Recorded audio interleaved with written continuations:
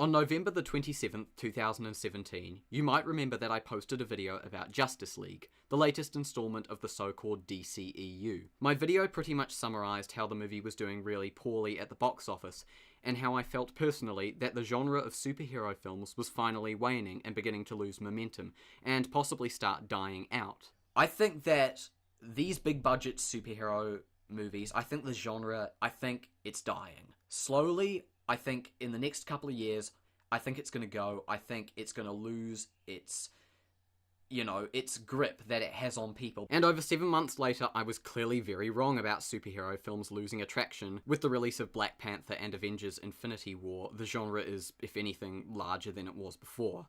But there are other things I want to address too. Many of you may know that I haven't really been too much of a fan of superhero films in the likes of Marvel and DC.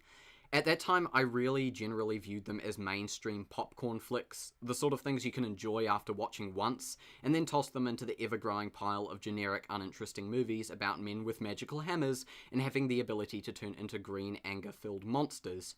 And while on my second channel I have reviewed 2 superhero movies and gave them positive ratings, they aren't really the sort of films I would watch on an everyday basis. Films like The Matrix or Inception or The Terminator are more of my thing, honestly. And while to this day this is still mostly true and relevant for me, my view on the superhero genre has changed, to say the least. Around about April of this year, something really bizarre happened that completely shaped my opinions on these sorts of movies. I took a risk and actually decided to buy a superhero movie. I decided to spend some of my own pocket money on purchasing not just a DVD, but a full-on superhero film on Blu-ray.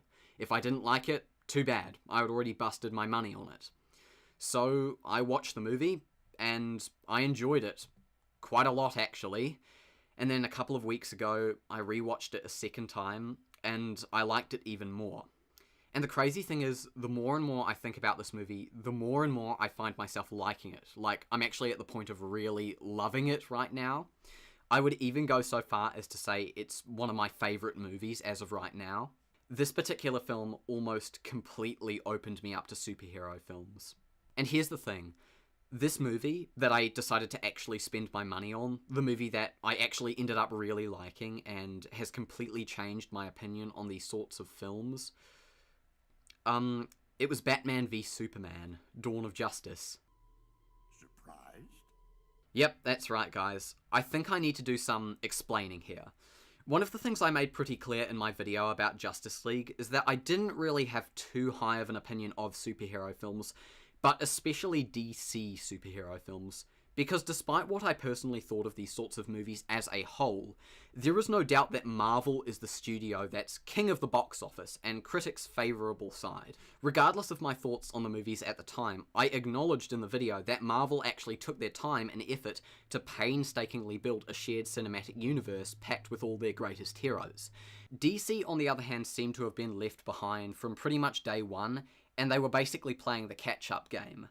But instead of letting time and careful planning do the work, they machine-gunned into their own cinematic universe, and as the general consensus goes, and still goes today, it left much to be desired. And at the time of the video's release, I'd only seen 2 of their films, one which I liked, the other not so much. What I knew though was that the word of mouth was largely negative, and the reviews were very poor.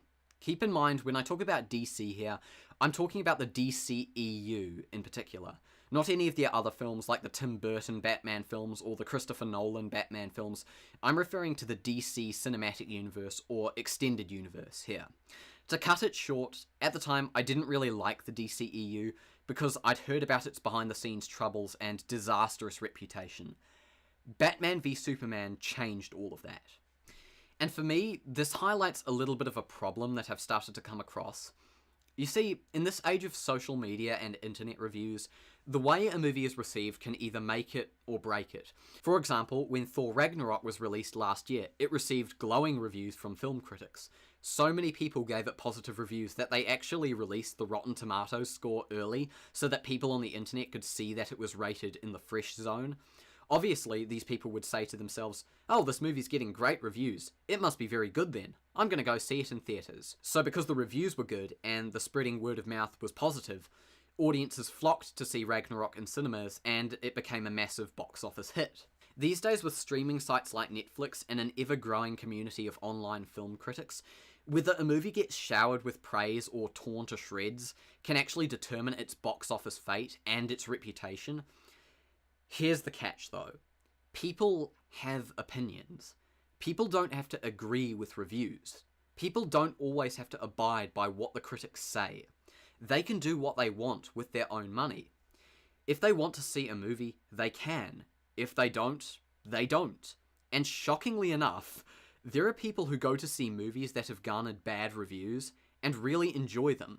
And even more shockingly, there are people who go to see movies that get great reviews and actually really don't like them.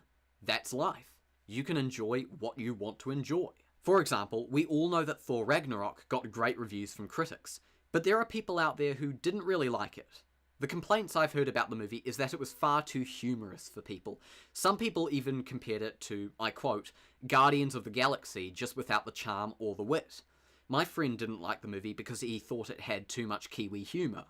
And that's okay. You don't have to conform to the general consensus.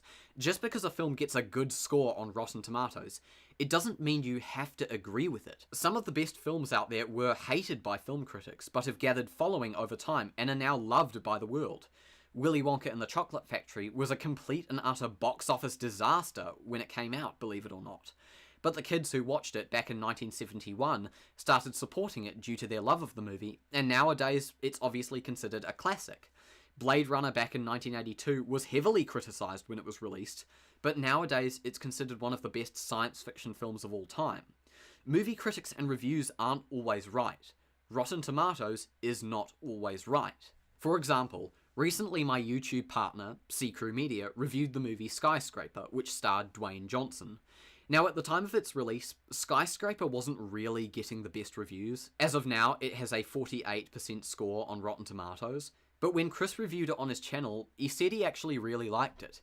And so did his viewers, apparently. When I criticised the DCEU back in my video, I didn't really criticise it because I'd actually seen the movies for myself, and had formed opinions on them, and had a strong distaste for what they were doing. I'd only seen 2 of their films, one of them being a movie that I had actually liked. I had a negative perception of them based on the reviews that they received, and the Rotten Tomatoes scores they had garnered, and their reputation that was largely tarnished at the time. My opinions on the DCEU in that video were mostly based on things I'd heard about, from word of mouth and reviews on the internet, not stuff I had seen or experienced. Because here's the thing, among many other things I could say, more and more people have actually started to point this out, but Rotten Tomatoes and many other websites like Metacritic or IMDb are actually pretty misleading when it comes to how they rate movies.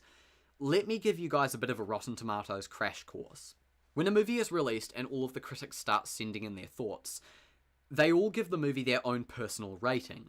What sites like Rotten Tomatoes do is they actually aggregate all of these ratings from all of these different critics. One of the definitions of the word aggregate is formed or calculated by the combination of several separate elements, total.